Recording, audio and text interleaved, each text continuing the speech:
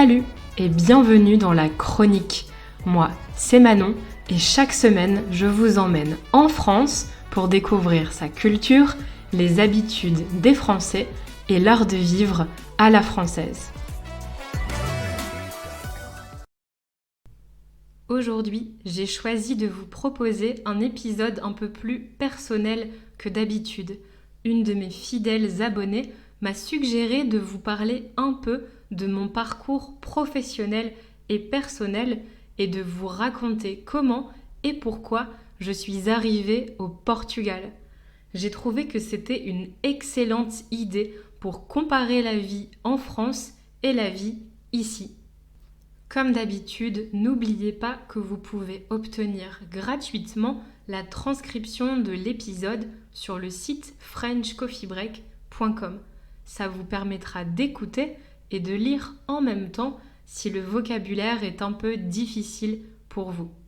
Si vous aimez la chronique, pensez aussi à noter le podcast. Ça me donnera plus de visibilité et ça permettra à d'autres personnes de pratiquer leur français.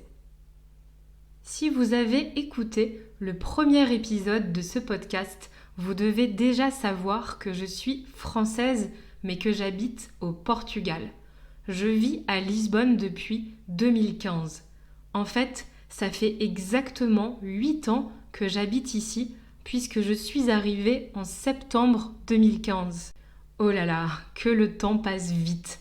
Après 8 ans à Lisbonne, je peux donc vous donner mon point de vue sur ma vie à l'étranger, mais surtout sur les différences avec la France.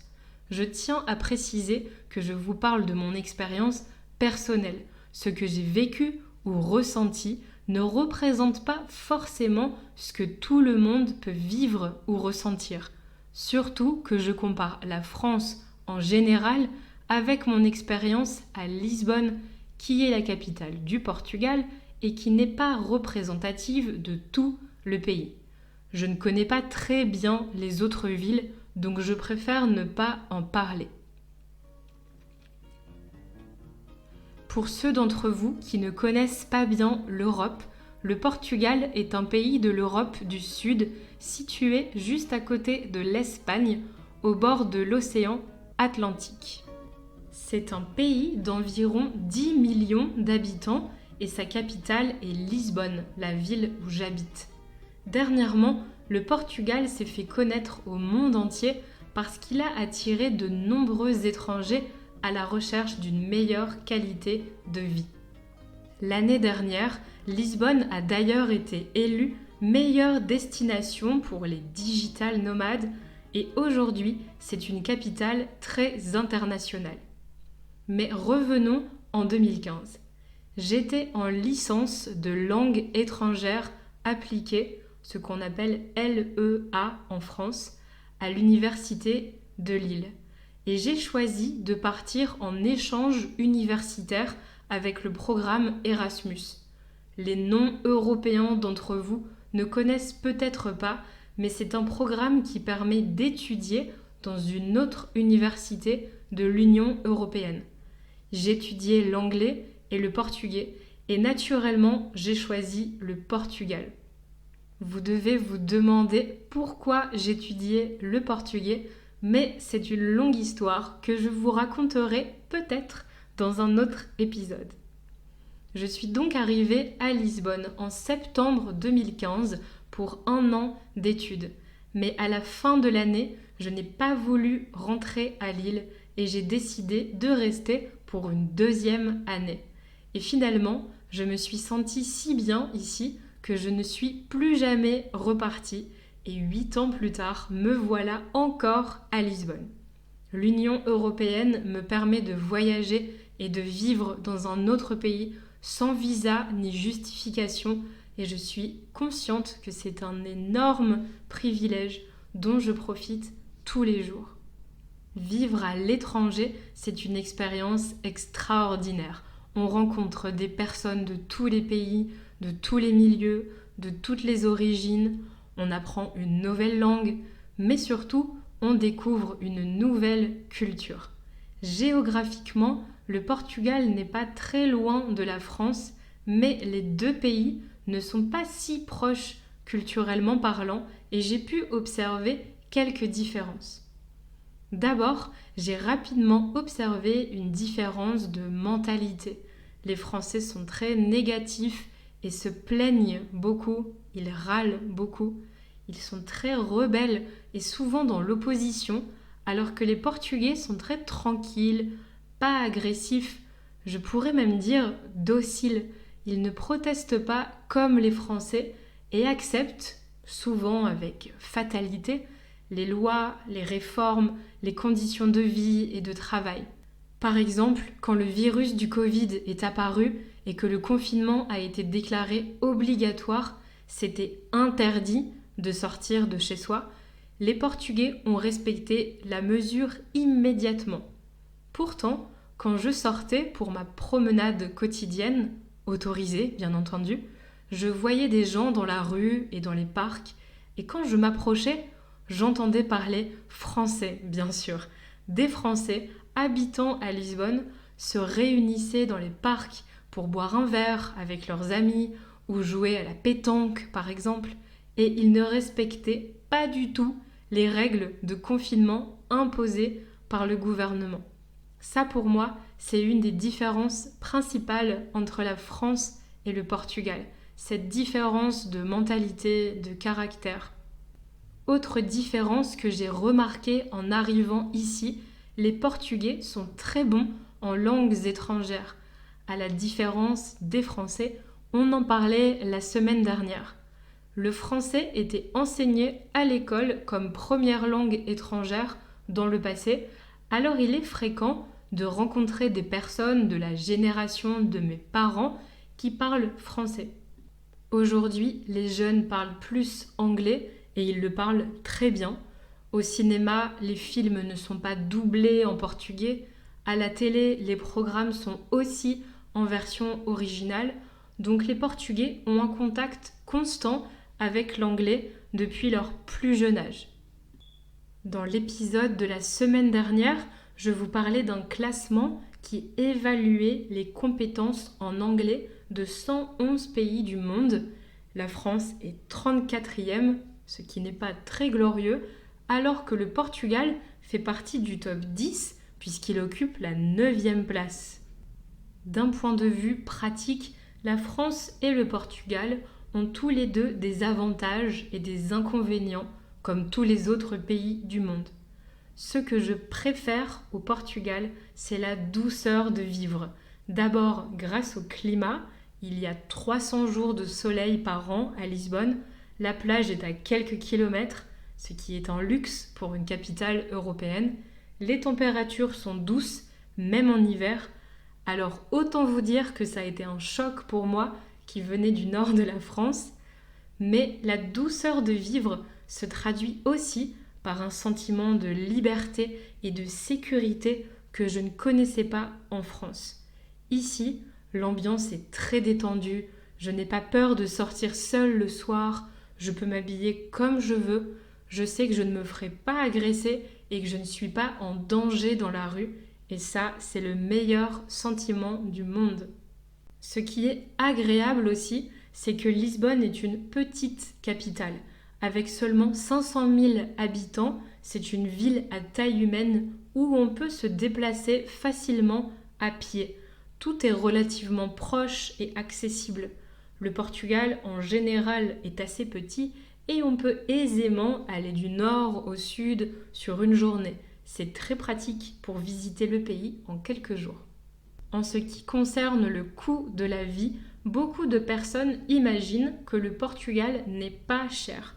Alors c'est vrai que certaines choses sont moins chères qu'en France, surtout en comparaison avec Paris.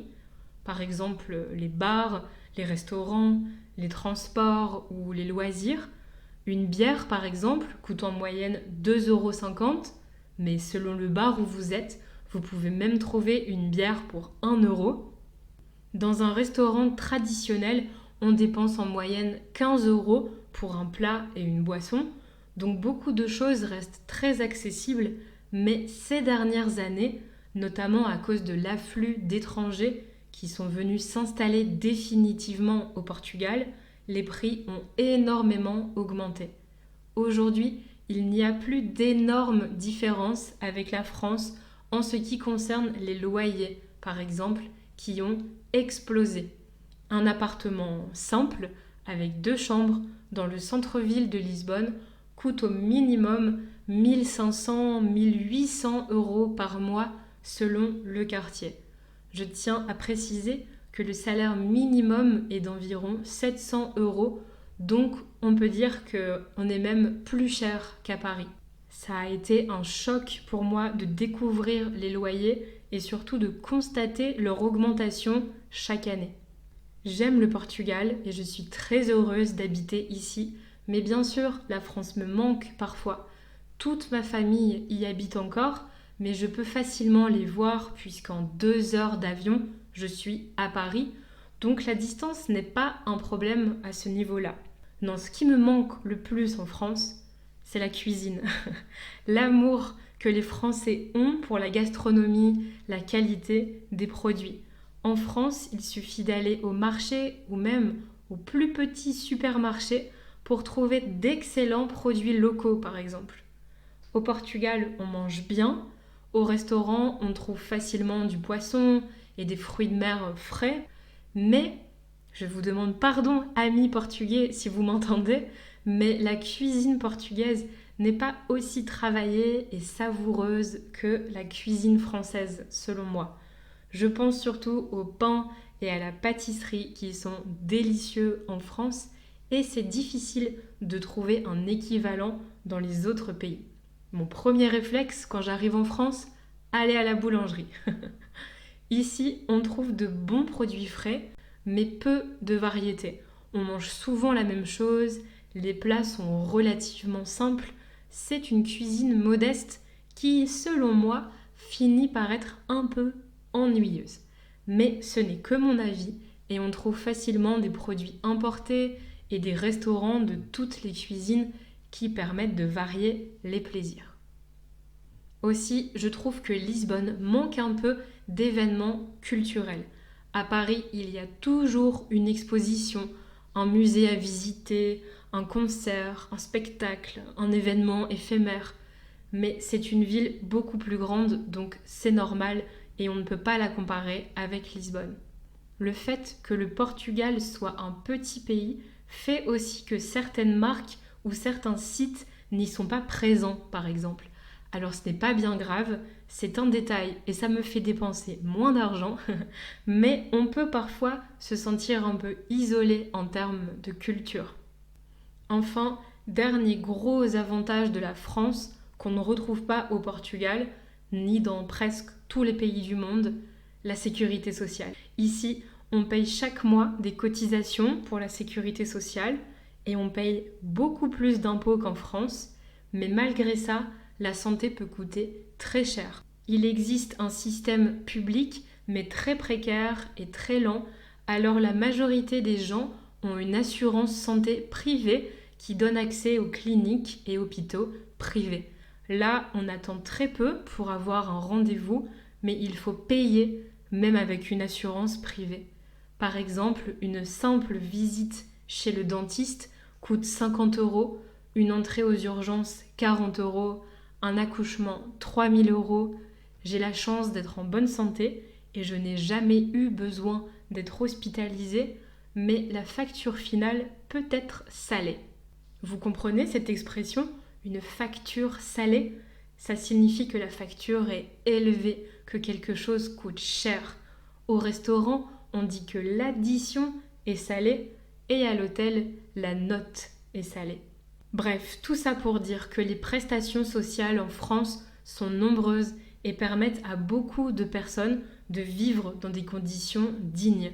Alors qu'ici, nombreux sont les gens qui vivent dans la misère, dans des logements complètement insalubres, sans accès aux soins ou à une bonne éducation. C'est dans ces moments-là que je réalise que la France offre des conditions de vie confortables en comparaison avec d'autres pays. Voilà, vous connaissez un peu plus ma vie et vous comprenez maintenant comment je me suis retrouvée ici. J'espère que vous avez appris des choses et que je vous ai donné envie de venir visiter ce beau pays qu'est le Portugal. Si vous êtes de passage à Lisbonne, n'hésitez pas à m'envoyer un petit message sur Instagram ou un email. Ce serait un plaisir de vous rencontrer autour d'un café. On se retrouve la semaine prochaine dans un nouvel épisode de la chronique. En attendant, retrouvez French Coffee Break sur les réseaux sociaux et sur YouTube pour du contenu en français au quotidien.